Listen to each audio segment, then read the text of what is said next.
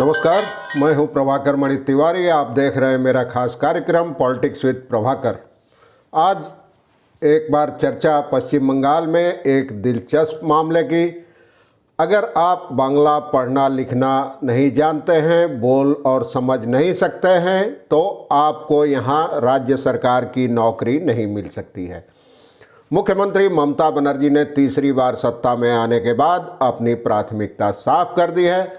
उन्होंने राज्य सरकार की नौकरियों में अधिक से अधिक स्थानीय लोगों की भर्ती करने का संकेत दिया है। संकेत क्या, बल्कि साफ कहा है कि ऐसे लोगों को प्राथमिकता दी जानी चाहिए जो बांग्ला लिख, बोल और पढ़ सकते हों, समझ सकते हों। और आपको याद होगा, इससे पहले भी लोकसभा चुनाव के दौरान उन्होंने एक बार उत्तर 24 परगना जिले में कहा था कि बंगाल में रहने वालों के लिए बांग्ला जानना जरूरी है। दूसरी ओर बीजेपी ने कहा है कि मुख्यमंत्री ममता बनर्जी लोकसभा चुनाव से पहले, यानी 2024 के लोकसभा चुनाव से पहले, बंगाली और गैर बंगाली लोगों के बीच विभाजन की रेखा को मोटी करने, खाई चौड़ी करने का प्रयास कर रही हैं। आज चर्चा करूंगा पूरे मामले की कि ममता ने यह बात कब कही, क्या कहा उन्होंने। आखिर तक देखिए। जंचे तो चैनल को सब्सक्राइब करें, मित्रों और परिजनों के साथ शेयर करें और घंटी का निशान भी दबा दें।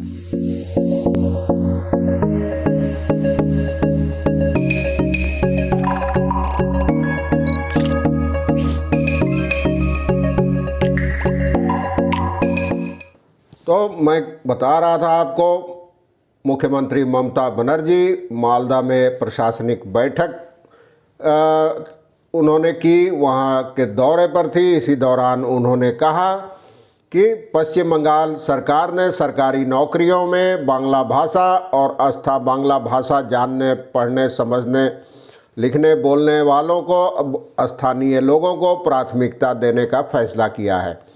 उन्होंने कहा कि राज्य सरकार की नौकरियों में भर्ती के दौरान स्थानीय लोगों और स्थानीय भाषा जानने वालों को प्राथमिकता दी जानी चाहिए। इससे प्रशासनिक कामकाज में काफ़ी सहूलियत होगी। उन्होंने कहा कि यह मैं सभी राज्यों को कह रही हूँ। पश्चिम बंगाल में अगर कोई व्यक्ति इस राज्य से है तो उसे सरकारी नौकरी में भर्ती में प्राथमिकता दी जानी चाहिए, भले ही उसकी मातृभाषा बांग्ला न हो। इस पर मुझे कोई आपत्ति नहीं है, लेकिन उस व्यक्ति को बांग्ला आनी चाहिए और वह इस राज्य का निवासी होना चाहिए।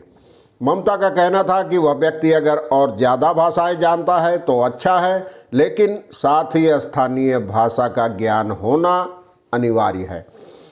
इस मामले में उन्होंने बिहार और उत्तर प्रदेश की मिसाल दी। उनका कहना था कि अगर इन राज्यों की सरकारी नौकरियों में स्थानीय लोगों की भर्ती नहीं की जाती है तो राज्य के लोग समय समय पर सरकार के समक्ष यह मुद्दा उठाते हैं। हर राज्य में हमें सुनिश्चित करना चाहिए कि स्थानीय लोगों को ही नौकरी मिले।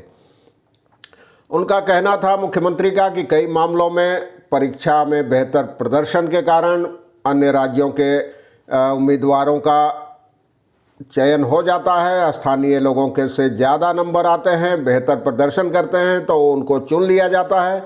लेकिन बांग्ला की जानकारी नहीं होने के कारण ऐसे लोगों को स्थानीय लोगों के साथ संवाद कायम करने में भारी समस्या होती है और वह समस्या के समाधान में भी नाकाम रहते हैं। मुख्यमंत्री का कहना था कि खासकर एसडीओ और बीडीओ पद पर काम करने वाले लोग बांग्ला में लिखे गए पत्रों को पढ़ने या उनका जवाब देने में असमर्थ हैं, इसलिए स्थानीय भाषा का ज्ञान जरूरी है। ऐसा नहीं होने की स्थिति में वे लोगों की समस्याओं का समाधान नहीं कर सकते। उन्होंने मुख्य सचिव HK द्विवेदी से इस मामले को देखने और इसका समाधान निकालने की अपील की है। दूसरी ओर बीजेपी ने इसकी आलोचना की है। इससे पहले मैं और बता दूं, मुख्यमंत्री का कहना था कि अगर कोई व्यक्ति बांग्ला में लिखे, स्थानीय भाषा में लिखे पत्रों को पढ़ नहीं सकता तो जवाब कैसे दे सकता है। और उन्होंने यह भी सफाई दी कि राज्य के निवासी का मतलब यह नहीं है कि सिर्फ बंगाली युवकों से मतलब नहीं है। लोकल यानी स्थानीय का मतलब है कि जो लंबे समय से इस राज्य में रह रहे हैं और कई उनका दावा था कि कई राज्यों ने इस बारे में कानून भी बनाए हैं।